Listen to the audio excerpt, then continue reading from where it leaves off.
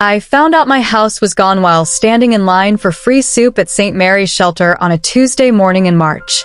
The woman behind me was scrolling through property listings on her cracked phone screen, and there it was, my yellow Victorian with a wraparound porch, the garden I'd tended for 30 years, the kitchen where I'd made 10,000 breakfasts for my children.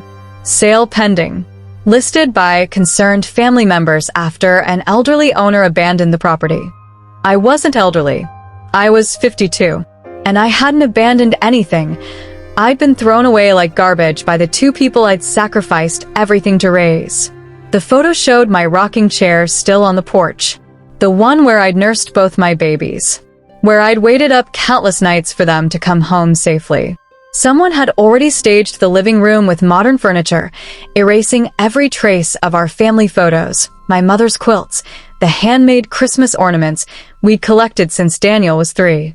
They'd renovated my life right out of existence, and I'd been homeless for only 6 weeks. But the worst part wasn't seeing my house for sale. It was recognizing my daughter Emma's handwriting on the sign in the window. Estate sale, everything must go. My hand started shaking so badly, I dropped my soup ticket. The woman behind me picked it up, gave me a pitying look that I was starting to recognize. That look people give you when they smell the shelter soap on your skin, when they see you've been wearing the same donated coat for days. I wanted to grab her phone and scream that this was my house, my life they were selling. But what would I say? That my own children had done this? I stumbled out of the line and walked the 4 miles to my old neighborhood.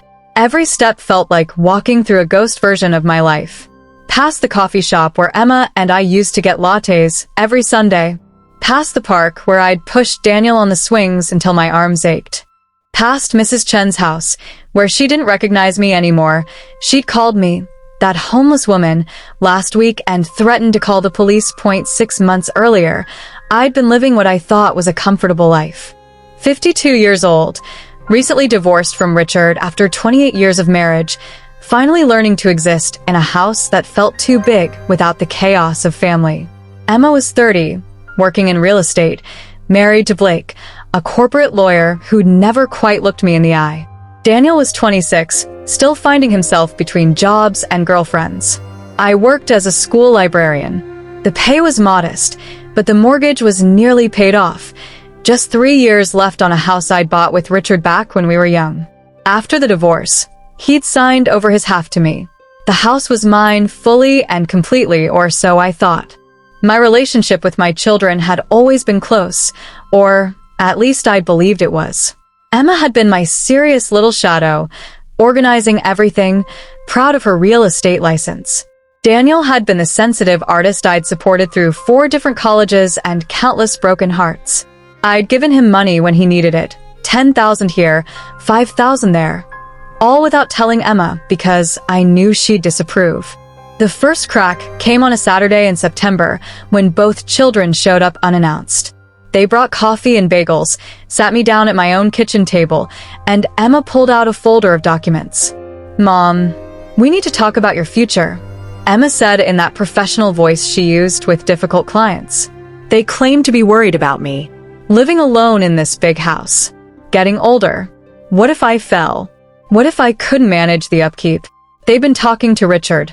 That was the first betrayal, and everyone agreed I should consider downsizing. We found a lovely assisted living community, Daniel added, pushing a glossy brochure across the table. Idelauga. Because I was 52, not 82. Because I ran 3 miles every morning. Because I just repainted the bathroom myself. I'm not going anywhere, I told them firmly.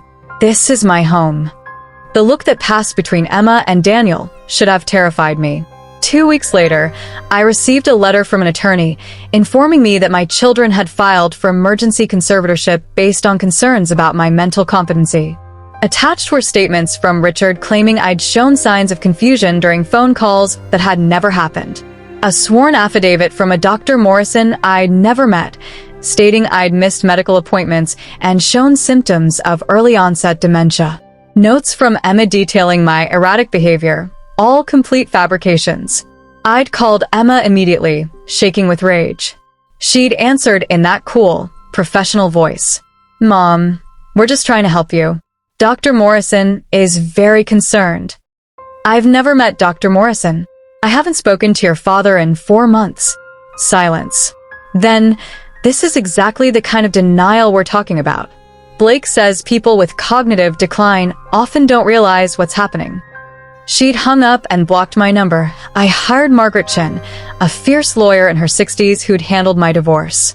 She took one look at the conservatorship papers and cursed. "This is aggressive," she said.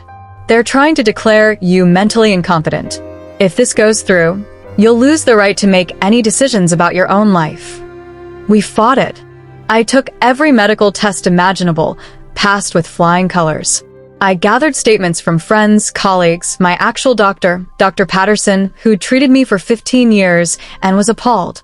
But Emma and Blake had money and connections. They hired expert witnesses who'd never met me but were willing to testify about my cognitive decline. They made my overdraft fees for months when I'd helped Daniel with rent look like financial confusion. The hearing was scheduled for December 15th. I never made it. On December 3rd, I came home from work to find my locks had been changed. Every single one. My key wouldn't turn. A note was taped to my front door. Property under legal seizure pending conservatorship hearing. Do not attempt entry. I'd called the police. Civil matter, nothing they could do. I'd called Margaret. Friday evening, nothing until Monday. I'd called Emma and Daniel. Both numbers disconnected. I'd sat on my porch steps until it got dark, then so cold I couldn't feel my fingers. Mrs. Chin came out and told me I needed to leave or she'd call the police. She said Emma had explained everything, that I was sick, dangerous to myself, refusing help. "Your daughter loves you so much," Mrs. Chin said. "She was crying when she told me about your condition." That's how I became homeless. Through paperwork and lies and the legal manipulation of my own children. The shelter was supposed to be temporary. Just a few nights until Margaret could sort out the legal mess. St. Mary's Women's Shelter had a bed available, and I told myself it was just for a few days. Days became weeks. Margaret filed motion after motion, but Emma and Blake's legal team countered everything. They'd filed a restraining order claiming I'd made threatening phone calls. They submitted Ring camera footage showing someone who looked vaguely like me outside their house at 2 a.m, even though I could prove I'd been at the shelter that night, signed in for bed check. "They're burying us in paperwork," Margaret admitted. "Every time we prove one claim is false, they make 5 new ones." The hearing kept getting postponed. Meanwhile, I was sleeping on a cot, eating donated food, wearing donated clothes. I'd gone to work for 2 weeks, but then Emma had contacted the school board with her concerns. I'd been placed on administrative leave pending psychiatric evaluation. Another evaluation. Another way they were erasing my life. Daniel finally reached out in late January through Facebook. He wanted to meet, said he felt terrible, said Emma was making all the decisions. We met at a diner near the shelter. He looked good. Too good. New watch, expensive jacket, haircut that cost more than I used to spend on groceries. He pulled out a quitclaim deed that would transfer the house to him and Emma in exchange for them setting me up in an apartment and dropping the conservatorship. "It's the best solution," he said. "You sign this, everything stops. Emma promises you'll get $50,000 from the sale." $50,000. From a house worth $600,000 minimum. And if I don't sign? Daniel shifted uncomfortably. "Emma says the conservatorship will probably go through. Blake knows the judge. They'll put you in a facility, sell the house anyway, and use the money for your care. You won't see a dollar." This was the moment I finally understood. My children weren't trying to help me. They were robbing me in slow motion, and they'd convinced themselves they were the good guys. I'd told Daniel to leave. The diner owner, who remembered me from Emma's soccer days, looked at me with pity and let me wash dishes to pay for the coffee Daniel had stuck me with, standing outside my house that Tuesday morning, 6 weeks homeless, staring at the estate sale sign. Something inside me broke and reformed into something harder. I'd watch strangers walk through my house, picking through my belongings. A woman bought my mother's china for $20. A young couple debated my couch. Emma stood on my porch, smiling, wearing the pearl necklace I'd given her for graduation. I'd walked into that open house like I had every right to be there because I did. "This is my house," I said loudly enough for every potential buyer to hear. "My name is Caroline Mitchell. I'm 52 years old.